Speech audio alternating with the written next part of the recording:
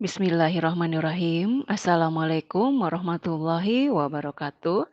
Anak-anak kelas 10, hari ini kita belajar tentang hukum dasar kimia. Kita sudah masuk ke kompetensi dasar 3.5 ya bersama Ibu Pangasuti Sri Mulyani. Ya, kompetensi dasar hari ini adalah menetapkan hukum-hukum dasar kimia dalam perhitungan kimia, serta menggunakan hukum-hukum dasar kimia dalam perhitungan kimia. Pelan-pelan kita akan pelajari bersama ya, jangan underestimate dulu ya.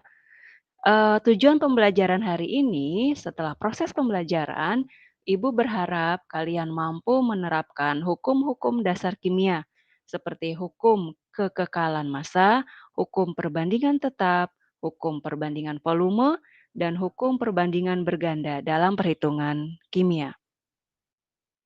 Nah, ini ada 4 orang yang mengutarakan hukum dasar kimia. Yang pertama, kalian lihat ya wajahnya ya, yang pertama adalah Antoine Laurent Lavoisier. Beliau mengutarakan mengenai hukum, eee, kekekalan massa. Yang kedua adalah Proust, Joseph Louis Proust. Beliau mengutarakan hukum perbandingan tetap. John Dalton mengutarakan tentang perbandingan berganda dan hipotesisnya, serta Guy Lussac, beliau mengutarakan tentang hukum perbandingan volume. Kita mulai ya. Coba apa gambar ini? Ini adalah gambar besi berkarat ya, kalian tahu. Apa hubungannya gambar besi berkarat dengan, apa yang kita bicarakan kali ini? Yang pertama adalah, apakah sama massa besi sebelum berkarat dengan massa besi setelah dia berkarat? Nah, ini bisa kalian jawab setelah kalian menyimak pembelajaran hari ini. Kita bahas yang pertama adalah hukum kekekalan massa atau hukum Lavoisier. Ini diungkapkan oleh Antoine Laurent Lavoisier.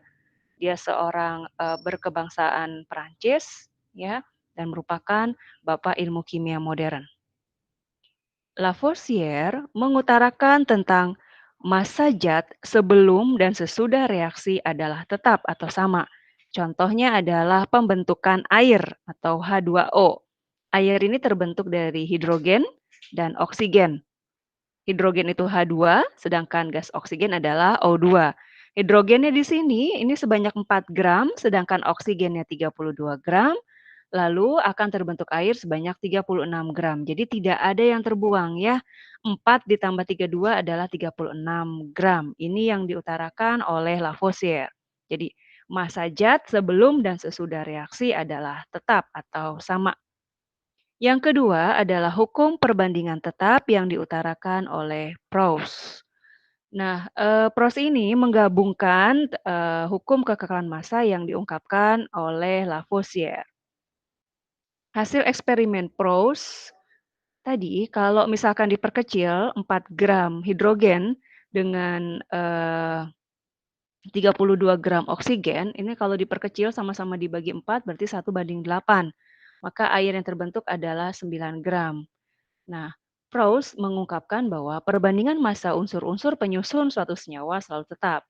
Contohnya tadi air ya 1 gram sama oksigennya 8 gram akan terbentuk air 9 gram. Nah, bagaimana kalau hidrogennya 2 gram lalu oksigennya 8 gram? Maka tetap air yang terbentuk bukan 10, melainkan tetap 9. Ya, karena ingat perbandingan pembentukan air itu adalah hidrogennya harus 1, oksigennya 8. Jadi ada hidrogen yang tidak terpakai di sini atau tersisa. Sedangkan misalkan hidrogennya 1 gram, oksigennya 9 gram, tetap 9 gram bukan 10 juga. Karena apa? Karena ada sisa oksigen sebanyak 1 gram yang tidak terpakai. Tetap 8 yang terpakai bukan 9. Gitu ya. Contoh soal misalkan, jika kita mereaksikan 4 gram hidrogen dengan 40 gram oksigen, berapa gram air yang terbentuk? Masih ingat ya perbandingan hidrogen, dengan oksigen perbandingan massanya 1:8. Tadi di soal 4 gram hidrogen dengan 40 gram oksigen. Karena perbandingannya 1:8 antara hidrogen dengan oksigen, maka, di sini kan hidrogennya dikalikan 4, berarti oksigennya juga dikalikan 4. Jadi 8 kali 4 itu 32. Ya, jadi Di sini, oksigen masih tersisa sebanyak 40, yang terpakai kan 32, jadi yang tersisa adalah 8 gram.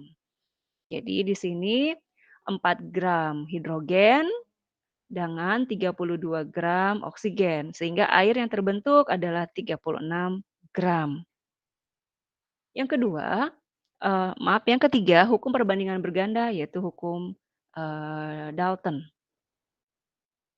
Nah, di sini, senyawa nitrogen dia dengan perbandingan 7, nah tapi dalam senyawa yang berbeda, perbandingannya juga akan berlipat ganda sesuai banyaknya, unsur dalam suatu senyawa tersebut. Misalkan di sini N2O perbandingannya 7:4 antara N dengan O-nya, NO 7:8 gitu ya, berkelipatan semuanya.